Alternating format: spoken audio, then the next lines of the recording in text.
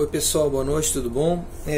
A gente começa os estudos do bloco B, né, conforme a gente vinha conversando já nas últimas semanas, nos últimos dias, né? Eu vi que o pessoal fez alguma confusão ali no grupo em relação àquela lista, mas para ficar claro, né, como vão acontecer as aulas, elas serão presenciais a partir do momento em que nós tivermos já a situação da merenda, da alimentação de vocês estabilizada. No momento a gente não tem essa informação ainda, então as aulas continuam remotas até essa situação se resolver. E quando elas passarem a ser presenciais, a gente vai ter que levar em conta que o grupo de vocês é bastante extenso, bastante grande. Então nós não vamos poder colocar todo mundo junto numa mesma sala por conta dessa questão do distanciamento. Então a gente vai separar, numa semana vem uma turma, na outra vem outra, né? Então a cada 15 dias vocês terão um encontro presencial. Isso vale para o bloco B, a gente vai ver como será no bloco C, mas acredito que continuará da mesma maneira, tá? Eu faço um apelo especial a quem está pensando em desistir, que não desista, porque a gente tem uma situação que talvez se estenda ainda, essa questão das aulas remotas, por conta da questão da alimentação, porque a gente trabalha com duas frentes diferentes, que é Estado e município. Então, eu não sei como é que se resolve isso, né? Não me faz parte da minha alçada, mas vamos continuar, vamos fazer um esforço aí, porque é uma noite só por semana, enfim, vocês vão conseguir eliminar uma disciplina que vocês levariam um ano, né, para poder estudar ela de modo regular, tá bom? Então, assim, na semana passada nós tratamos aqui dos pensadores, do início da filosofia, e uma relação entre o pensamento filosófico e o pensamento mitológico, né? E eu dizia para vocês que essa é uma relação muito, muito importante para o nascimento da filosofia, à medida que a filosofia ela se dá como uma passagem, né, uma passagem do pensamento mitológico para o pensamento racional. Eu vou explicar com mais calma essas duas coisas e vamos entrar então nos primeiros pensadores.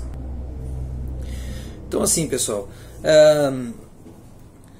lá nos tempos antigos, entre os gregos, estamos falando aqui de 600, talvez 700 anos antes de Cristo. O que acontecia nessa época é que as respostas para as perguntas principais da vida do ser humano, elas vinham todas através da religião. Claro que a religião grega é muito distinta da religião cristã, da religião judaico-cristã, que é basicamente a matriz aqui da nossa região, né, do nosso país, enfim, dos tempos atuais. A religião grega ela tem uma diferença substancial assim entre o que nós pensamos e o que eles pensavam. Primeiro porque é uma religião politeísta, portanto eles tinham uma gama muito grande de deuses, né, e divindades. Era uma religião talvez naturalista, à medida que os deuses eles representavam forças da natureza, representavam elementos naturais como, por exemplo, o fogo, a chuva, o raio, elementos da vida psíquica como o amor, como os sonhos, enfim, são vários elementos da vida do cotidiano. Para cada elemento desse havia uma divindade própria, havia um Deus próprio, né? Por exemplo, Eros, Deus do amor, se pensarmos aqui o Deus da guerra, se pensarmos em Atena, a deusa da sabedoria. Então, para cada elemento da vida humana e para cada força da divindade, para cada força da natureza havia uma divindade.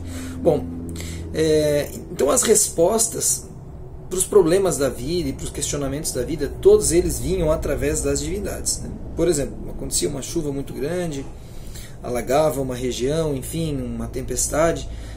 A resposta para esses elementos eram encontradas em Poseidon, por exemplo, que era o deus das águas, o deus dos mares, né?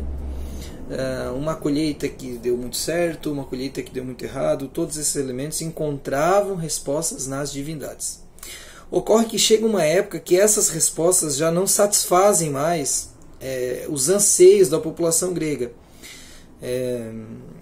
Como nós, quando somos crianças, né, os nossos pais nos dizem, olha, se você obedecer, Papai Noel lhe trará um presente, enfim, e essa história a gente consegue levar até uma certa idade. Chega um ponto que eles dizem, olha pai, a gente sabe que não existe Papai Noel, que na verdade é você e a mãe que trabalham, enfim. Então a gente não consegue criar muito, não consegue dar longevidade a essas histórias porque elas carecem, né, carecem de algo mais fundamental, algo mais substancial. E a filosofia ela aparece nesse momento em que os relatos mitológicos eles já não dão conta de explicar os elementos da vida. O sujeito se depara com uma situação e ele não quer mais uma resposta mitológica, ele quer uma resposta que lhe forneça segurança, né? Por exemplo, ele vê uma criança que nasce doente, com uma certa enfermidade terminal, e não adianta dizer que essa é a vontade dos deuses, ele quer uma resposta racional, uma resposta que venha daqui, da mente, né? Então isso tudo vai ocorrendo e os gregos vão se distanciando cada vez mais das narrativas mitológicas. Os primeiros pensadores dessa época eles são conhecidos como pensadores pré-socráticos. O termo pré-socrático, né, o próprio nome já diz, se refere àqueles que vêm antes de Sócrates, pré-Sócrates. Lembrando que Sócrates, conforme aquele texto que passei para vocês, é um dos maiores pensadores da filosofia clássica grega. Sócrates ele é lá pelo século V ou IV a.C., estamos falando aqui de século VI ou V a.C. Os pré-socráticos eles têm uma preocupação fundamental, e a preocupação fundamental deles é encontrar uma resposta para o universo, uma resposta para o cosmos. Eu perguntei para vocês há 2 aulas atrás qual era a origem do universo para vocês, né? E a maioria das respostas, de forma uníssona, né, foi que Deus é a origem de tudo. Muito bem, essa é uma resposta tranquila de responder à medida que a gente busca satisfazer a nossa fé. Agora, do ponto de vista racional, quer dizer, esquecendo religião, esquecendo fé, esquecendo Deus, do ponto de vista racional, nós precisamos de uma resposta material, uma resposta que nos satisfaça. Porque, por exemplo, para aqueles que não acreditam, Deus não é a origem do universo. E aí, qual é a resposta que eles têm? E os gregos estão mais ou menos buscando essa resposta. Afinal, qual é a origem do cosmos? Qual é a origem do universo? O que ordena o universo? O que faz o universo funcionar de forma assim tão ajustadinha, né? Olhem, agora são mais ou menos 7h30 da noite, o nosso dia tem 24 horas, o mês tem 31, 30, enfim. O globo leva 24 horas para girar sobre o seu próprio eixo, ele faz 365 movimentos de rotação, né, ao redor do astro maior do Sol. Então toda essa dinâmica cosmológica, ela tem, como posso dizer para vocês, ela tem uma estrutura rígida, são leis físicas rígidas. E a pergunta é, quem é que organizou o universo desta maneira? Quem é o responsável por fazer isso? Ou o que é o responsável? Talvez não seja uma pessoa, mas algo. Então os pensadores pré-socráticos, eles acreditam que é na própria natureza que está a resposta para essas perguntas. Para eles, é possível encontrar no meio natural um elemento, uma substância, algo, né, uma coisa que seja a origem do universo, certo? Então a gente vai ver várias respostas das mais variadas. Eu vou destacar algumas aqui que são as principais. O primeiro pensador, o primeiro filósofo que a gente tem conhecimento chama-se Tales. Tales é um pensador grego da cidade chamada Mileto. Mileto é a cidade onde ele nasceu e viveu, e ele mesmo é conhecido como Tales de Mileto. Lembrem que a gente está numa época em que as pessoas não são conhecidas pelo seu sobrenome, né? São conhecidos pela cidade em que nascem ou pela profissão, certo? Então Tales de Mileto é o primeiro filósofo que nós, né, conhecemos, sabemos, temos registro. E para Tales a origem, né, a origem de tudo é a água. Né? O Tales ele identifica a água como um elemento que daria origem a tudo. Ele mora numa cidade que fica de frente ao mar, então a umidade, a questão da água para ele é muito importante, à medida que a economia local vive também em função da água. E também há um pensamento assim que, onde há água há vida, né? Sem água as coisas morrem, enfim, desidratam. E ele vai ter mais alguns alunos, em especial Anaxímenes e Anaximandro, são 2 pensadores também que são alunos de Tales. E um vai dizer que não é a água, eu discordo de Tales, para mim a origem do universo se deve a um elemento chamado ar.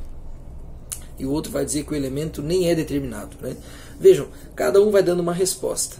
Passando um pouco mais, nós vamos chegar a um cara famosíssimo chamado Pitágoras de Samos. Pitágoras de Samos. Samos é a cidade onde ele morava. Pitágoras é conhecido muito mais na matemática, né? Ele é matemático do famoso Teorema de Pitágoras, que talvez vocês já tenham estudado. E para o Pitágoras, é a própria matemática e os números que explicam o universo. Veja, eu, por exemplo, tenho 34 anos, tenho 1,79 m, tenho 78 quilos, dou aula há 12 anos, então tudo pode ser explicado por números. 34, 1,79, 78, 12, todos esses números, eles fazem uma leitura do que é o universo. Assim como eu poderia dizer que vocês também têm uma certa idade, têm um certo peso, uma certa altura, enfim. Então, para cada elemento do mundo, há um número que diz o que é esse elemento, né? A gente pode fazer uma leitura do mundo a partir da matemática. Então, o Pitágoras ele acreditava que por trás das regras que compõem esta natureza, essas leis físicas, está exatamente a matemática. Claro que assim, pessoal, fazendo uma pausa aqui, eu estou sendo bastante generalista nessas explicações devido ao apurado do tempo e também sabendo que é complicado passar de forma enxuta esses conhecimentos. Estou passando aquilo que é bastante básico, tá bom? Quando voltarmos para a sala de aula a gente discute isso de forma mais clara. Além de Pitágoras, outro cidadão bastante importante, eu destacaria aqui a figura de Demócrito. Demócrito era um pensador grego da cidade de Abdera, e ele chegou à conclusão que todos os elementos da natureza podem ser divididos. Olha o pensamento dele, que coisa interessante. Tudo que existe na natureza pode ser dividido. Uma maçã, por exemplo, você vai cortando a maçã, você pode dividir em inúmeras partes, quantas forem possíveis, né? A ponto de chegar a uma minúscula parte que não será divisível. Se você pegar, digamos aqui, um chinelo, por exemplo, você pode chegar também a essa mesma conclusão. Ou se você pegar um osso de animal, você também pode dividir e chegar numa parte minúscula. Enfim, essa parte que não dá mais para dividir, que é a menor partícula de um ser, de um objeto, o Demócrito vai chamar de átomo. Átomo, uma palavra grega que surge da junção de duas outras palavras. A, que é um prefixo de negação, e tomos, que significa parte. Ou seja, a palavra átomo significa aquilo que é indivisível, aquilo que não pode ser tomado em partes. É uma parte indivisível, é um elemento indivisível. O Demócrito acreditava que tudo o que existe é formado por átomos, por partes indivisíveis. Bom, isso é interessante porque a química moderna também chegou a essa conclusão. Se vocês estudarem os modelos atômicos de Rutherford Bohr, Pascal e tantos outros, vocês vão perceber que o átomo é a menor partícula da natureza. Ou era até pouco tempo, à medida que os microscópios atômicos foram sendo desenvolvidos, chegou-se à conclusão que haviam outras partículas ainda menores que os átomos, como os quarks, os nanosquarks, os elétrons, os prótons, os nêutrons, etc. Bom, o que importa é que mesmo Demócrito, 2000 e tantos anos antes de Cristo, chega a uma conclusão fundamental, que existem partículas indivisíveis que formam toda a natureza. Eu acho isso, de certa forma, genial, né? Porque sem nenhum tipo de material tecnológico para observar os materiais, ele chega a essa conclusão. Claro que o átomo de Demócrito não é o mesmo átomo que se estuda hoje na química, mas o princípio do conhecimento é o mesmo, certo? Bom, na próxima aula a gente vai começar a estudar Sócrates. E Sócrates é diferente por um fator especial. Sócrates abandona essa discussão voltada para a natureza e vai estudar um outro aspecto da filosofia, e inaugura uma nova investigação acerca do homem, do sujeito, do indivíduo. Entenda, o homem aqui tomado na sua totalidade, não estamos falando aqui de homem e mulher, estamos falando da humanidade, né, do ser humano. Ele vai trazer para as investigações filosóficas essa criatura chamada ser humano e vai tentar entender ele na sua máxima formação. Já vimos um pouquinho sobre Sócrates, vocês já viram que ele foi morto de forma trágica, mas a gente vai ver isso de forma mais aprofundada na próxima aula. Tá certo? Desejo a todos uma boa noite e até a próxima aula.